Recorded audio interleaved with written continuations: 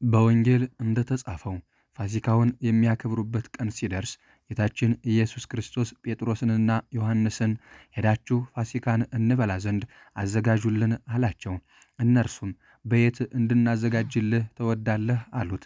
ወደ ከተማ ገብታችሁ የውሃ ማድጋ የሚሸከም ስምዖን የተባለ ሰው ታገኛላችሁ። ወደ ገባበት ቤት እርሱን ተከተሉት። መምህር ከደቀ መዛሙርቱ ጋር ፋሲካ የሚያደርግበት አዳራሽ ወዴት ነው ይሉሃል በሉት። እርሱም የተነጠፈውንና ታላቁን አዳራሽ ያሳያቸዋል። በዚያን ፋሲካን አዘጋጁልን አላቸው። እነርሱም ወደ ተላኩበት ከተማ ገብተው ለስምዖን ጌታ በቤቱ ፋሲካን ሊያዘጋጅ መሻቱን ነገሩት። እርሱም የፍጥረታት ጌታ ወደ ቤቱ እንደሚመጣ አስቦ ተደሰተ።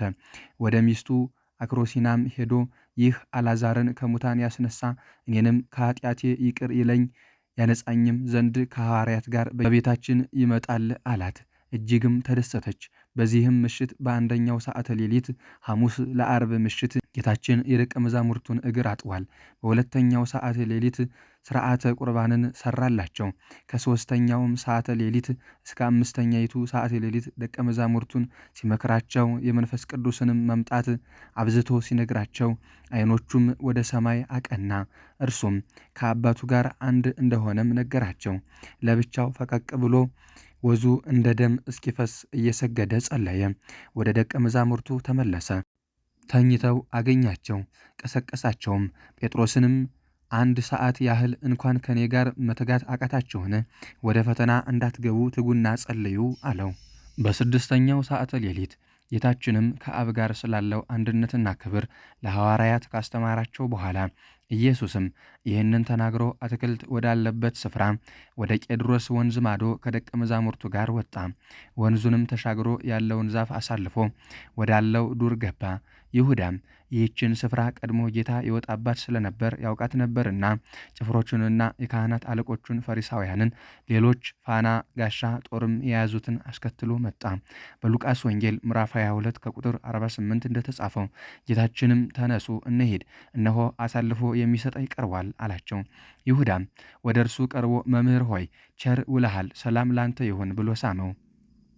ይህ መሳም ለአይሁድ ምልክት ነበር።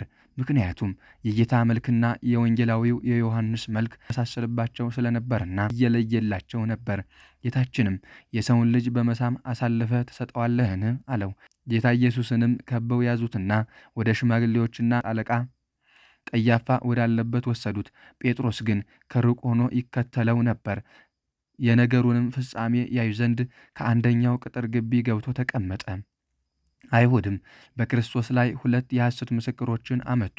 ይህን ቤተ መቅደስ አፍርሱት፣ በሦስተኛውም ቀን እሰራዋለሁ ብሏል ብለው ከሰሱት። ሊቀ ካህናቱም ተነስቶ እንዲሁ ያሳጡሃል አትሰማምን አለው። ጌታችን ግን ምንም አልመለሰለትም። ሊቀ ካህናቱም ክርስቶስ ተብሎ የተነገረልህ የእግዚአብሔር ልጅ አንተ እንደሆንክ ንገረን አለው። ጌታችንም አንተ አልክ አለው። ሊቀ ካህናቱም ተናዶ ልብሱን ቀደደ፣ ራሱንም በብረት ዘንግ መቱት። የስቃዩ ጅማሬ ይህም ነበር። ነግቶ በጲላጦስ ፊት ለፍርድ እስኪቆምም እየተቀያየሩ ሲገርፉት አደሩ። በዚህ የጾም ወቅት በገዳማዊ ኑሮ ያሉትን እየረዳንና በዓታቸውን እያጸናን የበረከታቸው ተሳታፊ እንሁን።